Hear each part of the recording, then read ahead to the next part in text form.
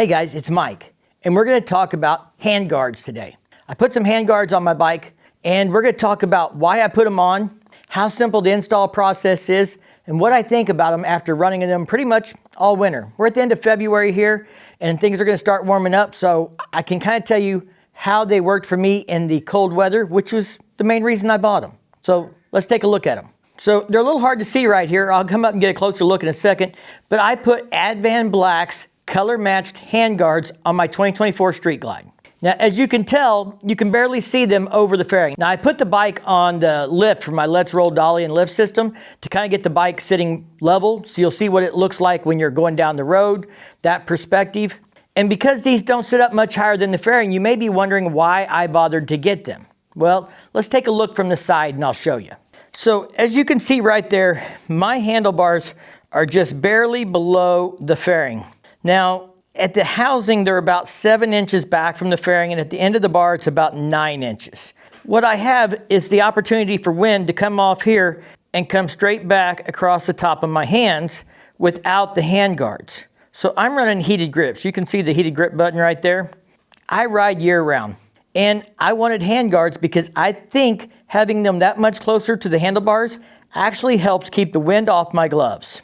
So let's talk about the gloves for a second, because that's an important part of this. The reason I started running handguards was to keep the wind off of my heated grips. I've been running heated grips on my 2016 Street Glide for 8 years now, and what I have found is that if you wear really heavy gloves, you cannot feel the heat through the insulation of the gloves. It doesn't come through the palm because the gloves are insulated so well. So you need a set of gloves that will allow your palms to get the heat in them, but keep the cold out as well. And that's a tough battle.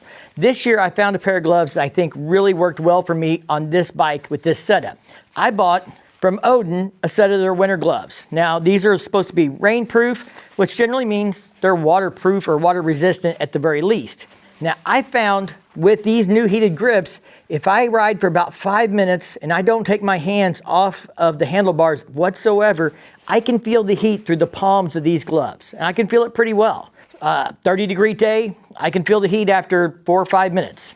I've rode in temperatures below freezing with this setup, and I definitely think it makes a difference. Now, the gloves need to have enough protection on the top, though, to keep that cold air from stripping all the heat away. Handguards help keep the wind off of those heated grips. Having that as close as you can helps protect you from having the wind strip the heat away from the heated grip. Now, this has worked really well for me this winter. On my 2016, I had a lot of problems finding gloves. I have not tested these gloves with my 2016 to see how well it works with that setup because I've been riding my new 2024 all winter. I wanted to see how it worked, and I really like this setup. I think I'm going to be good to go in the winter from now on. Now, I did throw a heated seat on this bike for the winter as well. We're going to talk in another video about that and do a review of that. But that and a taller windshield with handguards have pretty well set me up for riding in the winter. Now, I am going to test some heated gear. I just got it after Christmas, so I don't know how well it works as yet, but I'm going to use that heated plug-in on the new 2024s and see how the heated gear from Harley Davidson works as well. All right, guys, let's talk about the install process. So basically, you get the handguard here, and you get this little mount and the screws. And you got 2 screws here to mount this mount to the handguard. Then you take the mirror stem loose, raise it up, put that in there and slide it back down, tighten up the nut on your mirror stem, and you're good to go. So it's a very simple install. I'm not going to bore you with all the details or try and drag this video out. Super easy to install.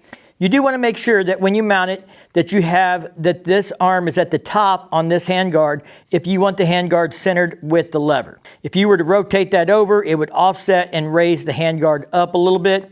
That's not what I was looking for in my case. I'm worried about protection, not about looks. Now these are color matched, and I have the white onyx pearl, and I think they look great. If I get up close, you can see that pearl in this as well on the handguards. ADVANBLACK did a great job with these. Now you may be wondering what this is here. So these are designed where the rubber pieces can be taken out. I'll pull that out real quick. It's real easy. Now, why would you do that? Well, in the summer, you might take that out if you wanted to have a little airflow across the handguards. But what it's intended for is an LED light that goes in here that works as a sequential turn signal. Now, if your handlebars were a little higher, you had 14s instead of 12s, that set up a little more, then I think it would be something I would probably invest in. But because of where my handlebars are and that is partially shielded, I didn't think it made a lot of sense to go with the sequential lighting for the turn signals. Super easy to put this back in. It's going to just kind of push in there, work it in. I just did all that one-handed. That's how easy it is. Now, one other thing you need to bear in mind when you're mounting this is that you have this out far enough that when you reach out here to grab, you're not going to be getting into that handguard at all. You want to be able to cleanly reach out and grab that, so you don't want this rotated back too tight where it might get in the way when you're reaching out there.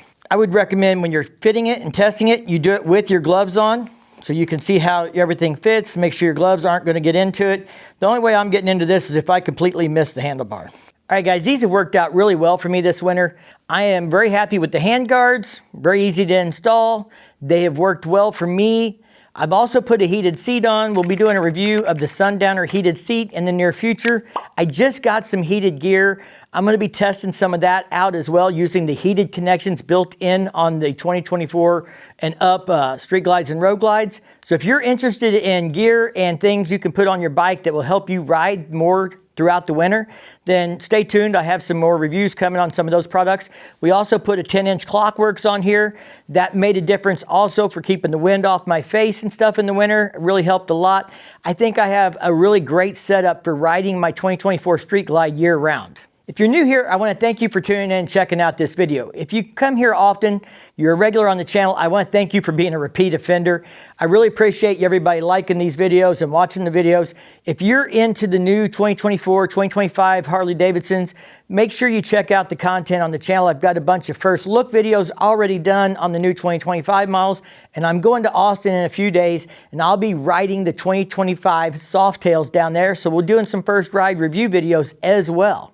If you're just into the touring content and you want to see upgrades that work on these new generation CVOs and Road Glides, I got some of that stuff too. We're definitely putting new stuff on this bike. I got several videos to do on this. We've done some dyno runs, some top speeds. We're going to be doing more of that kind of content. So if you're into that stuff, please consider subscribing to the channel. As always, y'all stay safe, keep on riding, and we'll see you in the next one.